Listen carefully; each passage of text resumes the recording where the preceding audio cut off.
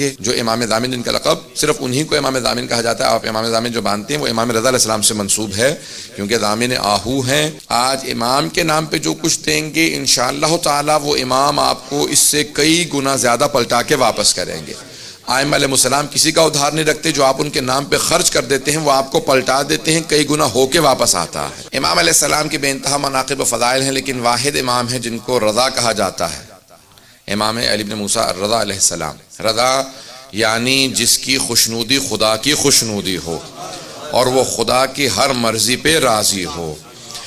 راضی برضا اللہ، جو اللہ کی ہر مرضی پہ، جو جناب سید الشہداء کا میدان کربلا میں رضا بقضائہ و تسلیما لامر جملہ ہے، اگر اس کا مصداق دیکھنا ہے تو جناب امام رضا علیہ السلام کو دیکھ لیں. امام کے بے انتہا فضائل و مناقب ہیں. عزیزان گرامی، امام کی تاریخ کے الفاظ یہ ہیں کہ جب ایک مرتبہ مأمون ملعون جب حکومت میں آیا تو اس نے سوال کیا.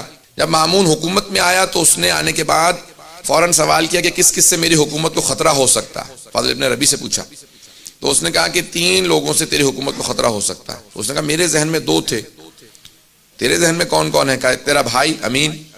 کہا وہ تو بہت بے وقوف ہے، اسے میں راستے سے ہٹا دوں گا، قتل کروا دوں گا اس کو. دیکھیں، جو حکومت میں آتا ہے اور خدا کی خاطر حکومت نہ کرتا ہو وہ اپنوں کا بھی مخلص نہیں ہوتا. تو کہا اور؟ کہا کہ اس کا جو وزیر ہے کہ اس کو بھی میں راستے سے ہٹا دوں گا. کہا تیرے ذہن میں تیسرا کون ہے؟ کہا علی بن موسیٰ الرضا علیہ السلام. یہ کون ہے؟ ان کا میں نے نام پہلے نہیں سنا ہے. عزیزان گرامی، ائمہ کی ایک مظلومیت یہ ہے کہ ان کے زمانے میں افراد تھے اور انہیں نہیں جانتے تھے. آج سب جانتے ہیں، لیکن ان کے زمانے میں ائمہ کی مظلومیت یہ ہے کہ ان کو بالکل کارنر کر دیا گیا، ان کو بالکل اس طرح سے دور کر دیا گیا معاشرے سے کہ کوئی ان کے قریب نہ جائے. کہا یہ جو حکومت تمہارے پاس ہے تمہارے اجداد نے ان کے نام پہ حاصل کی تھی، ان کے نام پہ لوگوں کو دھوکہ دیا کہ ہم بھی آل رسول ہیں، کیونکہ رسول خدا کے چچا کے بیٹے تھے بنی عباس. عباس حضرت عباس کی نسل سے تھے، یعنی حضرت عباس چچا اموی رسول خدا، نہ حضرت عباس ابن علی ابن ابی طالب، حضرت علیہ السلام کے فرزند نہیں بلکہ جناب امیر کے چچا عباس. تو کہا ان کی نسل سے ہو، تمہارے اجداد نے ان کے نام پہ کہہ کے دھوکہ دے کے حکومت حاصل کی اور اس کے بعد پھر ان کو زندانوں میں رکھا تاکہ لوگ پہچان نہ لیں کون حقدار ہے. تو اس نے کہا کہ اچھا تو یہ کیسے ہیں، دیکھنے میں کیسے ہیں، بولنے میں کیسے؟ سن رہے سب لوگ؟ کہا دیکھنے میں کیسے ہیں، بولنے میں کیسے ہیں، جب گفتگو کرتے ہیں علم کیسا ہے؟ کہا کہ جو ایک مرتبہ انہیں دیکھ لے وہ انہی کا ہو جاتا. علم ایسا ہے جب کلام کرتے ہیں ہر انسان انہیں سننا چاہتا ہے. علم لدنی کے مالک ہیں، کلام ایسے کرتے ہیں کہ ہر انسان مجذوب ہو جاتا ہے. کشش بہت زیادہ ہے اور ان کے یہ اپنے عصمت کے قائل ہیں، معصوم ہیں، اس لیے ہر طرح کی لغزشوں سے پاک ہیں، ہر طرح کی آلائشوں سے پاک ہیں. توجہ کیجئے گا، وہ اپنا عقیدہ پیش نہیں کر رہا تھا، وہ ائمہ کا عقیدہ بتا رہا تھا. کہ یہ کہتے ہیں کہ معصوم ہے اس لیے لغزشوں سے بہت پاک ہیں. کہ جو ایک مرتبہ ان سے مل لیتا ہے وہ ان کا ضرور گرویدہ ہو جاتا ہے، وہ ان کا مرید ہو جاتا ہے. کہ اور شخصیت کیسی ہے؟ کہ شخصیت بہت وجیح ہے، چہرے پہ جلال ہے، ہیبت ہے، بہت خوبصورت ہے. کہ ایک مرتبہ تو دیکھے گا تو بھی معتقد ہو جائے گا کہ ہاں یہ واقعاً زمین کا نہیں آسمان سے نازل ہوا ہوا. عام ہستی نہیں ہے، تو دیکھے گا تجھے خود اندازہ ہو جائے گا. کہ اور لوگ اگر ان سے ملتے ہیں قریب ہیں، کہ لوگوں کو ہم نے دور کر رکھا ہے لیکن جتنا لوگ ان سے ملتے ہیں ان سے قریب ہوتے چلے جاتے ہیں. کہ کہاں رہتے ہیں؟ کہ مدینہ منورہ میں رہتے ہیں، اپنے جد رسول خدا کے روضے کے قریب رہتے ہیں. کہ ان کا وہاں رہنا ہمارے لیے نقصان دہ ہے، کیونکہ جو حج پہ جائے گا مدینہ جائے گا، جو ملے گا وہ ان کا ہو جائے گا. کہ ان کو کسی طرح سے خراسان لے آؤ. اس وقت مشہد میں نہیں تھا، مشہد امام کی وجہ سے نام رکھا گیا، توس اس کا نام تھا، قریب میں مرو میں جہاں پہ اس کی حکومت کا دارالخلافت تھا. کہا وہاں پہ ان کو منتقل کیا جائے. کہا جاؤ جا کے ان کو وہاں سے دعوت دو اور ان کو خراسان منتقل کر دو. اور جب لے کے چلنا تو ان کو عماری میں بٹھا دینا. کہا عماری میں کیوں بٹھائیں؟ کہا کیونکہ تو نے تو کہا کہ جو ایک مرتبہ دیکھ لے وہ انہی کا ہو جاتا ہے. تو ان کو چھپا کے سفر کروانا تھا کہ کوئی دیکھ نہ لے، اور شیعہ علاقوں سے مت لانا، کہیں ایسا نہ ہو انقلاب برپا ہو جائے، لوگ ہمارے خلاف بغاوت کرتے ہیں، ان کی وجہ سے ہمارے خلاف کھڑے ہو جائیں. کہ ان کو کافر علاقوں سے لانا یا ان علاقوں سے لانا جہاں پہ اہل بیت کے ماننے والے نہیں ہیں. توجہ تو ہے.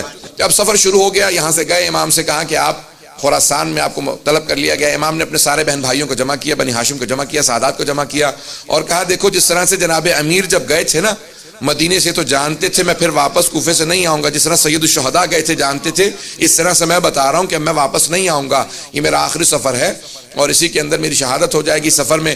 اور امام نے سب کو جمع کیا، کچھ وصیتیں کی اور چلے. جب سفر میں جانے لگے تو سب بہن بھائی بہت امام کے، خصوصاً حضرت معصومہ جو بہت زیادہ محبت کرتی تھی، بھائی سے ملی، سب بہنیں بھائی رونے لگے. امام نے کہا نہیں آپ لوگ یہیں پہ رہیں اور بعد میں آپ لوگوں کے لیے سفر ہوگا میں جانتا ہوں، اور امام سفر کے لیے چلے گئے، اماری میں بٹھایا گیا، امام کو لے جایا گیا، سفر شروع ہو گیا۔ جب سفر شروع ہو گیا تو اب مختلف علاقوں سے گزر رہے تھے، جو افراد ساتھ چل رہے تھے وہ مامون کے مامور تھے، مامورین تھے جن کو امر دیا گیا تھا، حکومت کے کارندے تھے، حکومت کے کارندے تھے، لیکن سفر میں امام رضا کے تھے، جو ہم سفر رہتا ہے کسی معصوم کا تو وہ معصوم ہی کا ہو جاتا۔ اب سارے مامور تھے حکومت کے، لیکن جب امام کے ساتھ چلنے لگے، کسی نے امام کی عبادت کو دیکھا، کسی نے زہد کو دیکھا، کسی نے عبادت کو دیکھنے کے بعد کہا امام کا چہرہ بتا رہا ہے یہ معصوم ہے۔ اب اکثر مامون کے کارندے امام کے ساتھ چلنے کی وجہ سے امام کے ہوتے چلے جا رہے تھے، جو نہیں بھی مانتے تھے وہ دل میں ماننے لگے تھے۔ اب کئی افراد تھے کہ نہیں ظاہری طور پہ کسی کو نہیں بتاؤں گا کہ میں ان کا ماننے والا ہوں، لیکن اب دل میں امام کو بعض بار دیکھتے تھے مسکراتے کا۔ اب مولا بھی جانتے تھے امام کہا اسے جاتا ہے جو دلوں کے بھید جانتا ہو۔ اب امام کے ساتھ جو حجت خدا ہو وہ جانتا ہے دل میں کیا ہے۔ امام سفر میں ہے، مختلف سفر کے احاطوں کے اندر امام کو ایک مرتبہ نیشاپور کے اندر جب پہنچے، نیشاپور اس وقت مرکز تھا علم کا، بہت بڑے بڑے علماء شیعہ سنی وہیں نیشاپور سے گزرے ہیں، سب کے ذہنوں میں واقع ہے، مجھے صرف اشارہ کرنا ایک نتیجہ دینے کے لیے۔ اس مقام پہ 16,000 یا 18,000 محدثین جمع ہو گئے، اور سب کے سب ایک بات سوچ رہے تھے کہ عرب کا بہترین خاندان بنی ہاشم ہے، اور ایران کا جو بہترین خاندان تھا شاہی خاندان، اس کی بیوی جناب شہربانو بنی ہاشم کے بہترین حسین سے بیاہی گئی۔ آنے والا عرب و عجم کا بہترین فرد ہے۔ تو اب بہت سے لوگ محبت میں ملنے آئے تھے، بہت سے تعصب میں ملنے آئے تھے، بہت سے نیشنلزم کی وجہ سے مل رہے تھے۔ اگر توجہ ہو کہ بھی خون بہترین خون ہے، بہت سے عقیدت کی وجہ سے ہر آدمی آ رہا تھا، کوئی شیعہ تھا جو نہیں بھی تھا، کہ یہ فرزند رسول ہیں، ان سے ایک حدیث سننا چاہیں گے۔ جب سارے محدثین جمع ہو گئے تو احمد بن حنبل نے اپنے مسند میں لکھا کہ جب سب محدثین جمع ہو گئے تو سب نے درخواست کی امام رضا سے کہ ایک حدیث اپنے جد رسول خدا سے بیان کر دیں۔ اب امام نے حدیث کو بیان کرنا شروع کیا۔ احمد بن حنبل اہل سنت کے 4 اماموں میں سے ایک امام ہیں، وہ کہتے ہیں کہ امام نے ایک حدیث کی سند کو بیان کیا۔ حدیث کی سند کو وہ سند ہے جسے سلسلۃ الذہب کہا جاتا ہے، گولڈن چین آف نریشن، جس میں تمام کے تمام افراد کہاں معصوم ہیں، اس لیے عصمت کی وجہ سے اسے سونے کی سلسلہ سند کہا جاتا، سونے کا سلسلہ سند جہاں سب معصوم ہیں۔ امام احمد بن حنبل کہتے ہیں، اہل سنت کے امام، وہ کہتے ہیں کہ اس حدیث کے الفاظ کو نہیں، صرف اس کی سند کو اگر دیوانے پہ پڑھ دو گے تو اسے افاقہ ہو جائے گا۔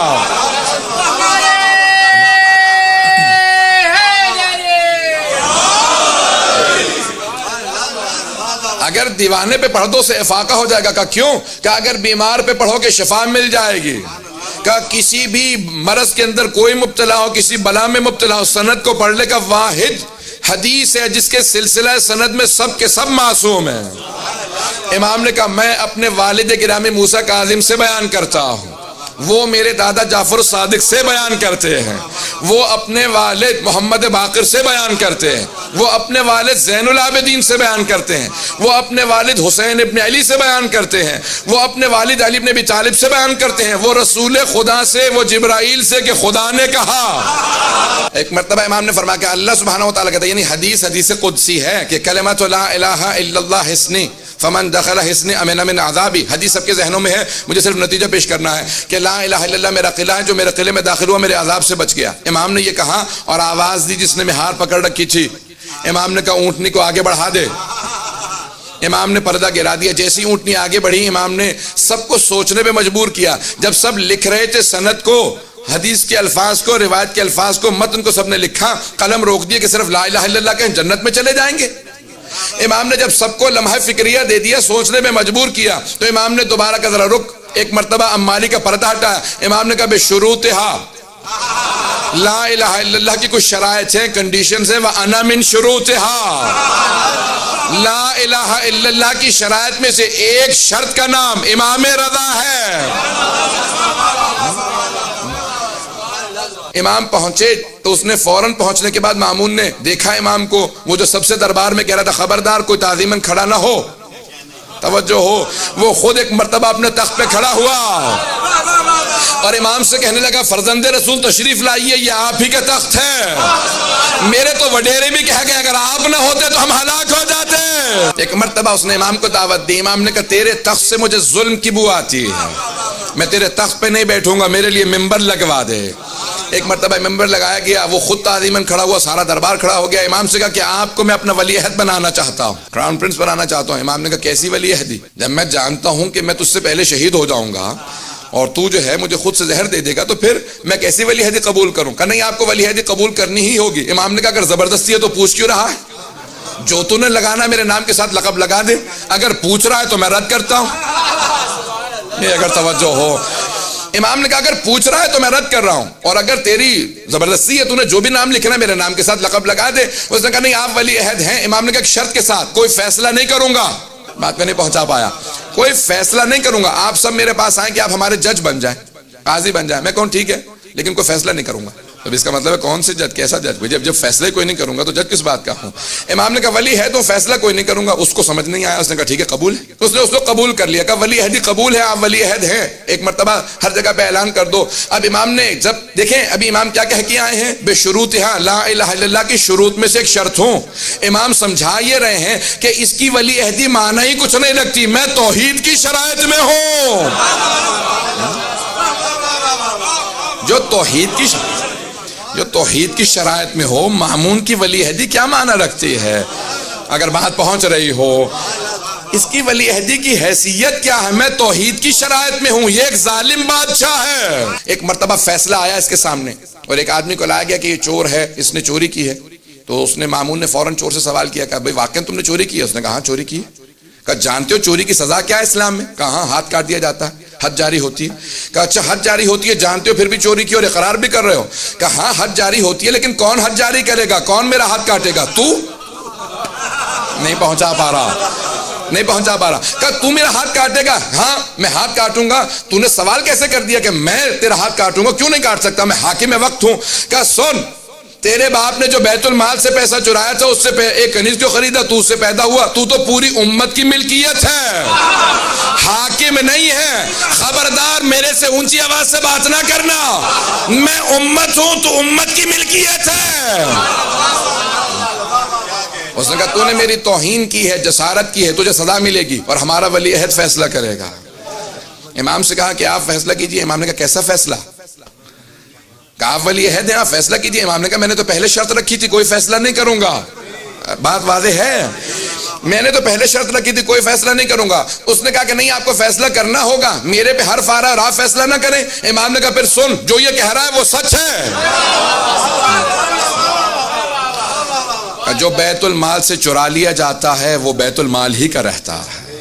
جناب امیر نے یہی کہا تھا نا اپنے پہلے خطبے میں کہ اگر تم میں سے کسی کے باپ نے بیت المال سے پیسے چرا کے ماں کا مہر بھی دیا ہو تو میں واپس لے لوں گا۔ بیت المال سے چرا لیا جائے تو یہ نہیں ہوتا کہ بیت المال کی ملکیت نہیں رہتی۔ عزیزان گرامی، ائمہ علیہ السلام کا معیار بہت بلند ہے، تو ان کے شیعوں کا معیار اسی طرح سے بلند ہونا چاہیے۔ اگر بات پہنچ رہی ہو، اس پہ واہ واہ کہنے والے بہت کم افراد ہیں۔ عزیزان گرامی، ہمارے معیارات بہت بلند ہونے چاہیے، ائمہ کی عقیدت رکھنے کے نتائج ہونے چاہیے، ان کے اعتقاد، ان کی امامت پہ، ولایت پہ ماننے والے۔ ایک مرتبہ مامون نے سنا اور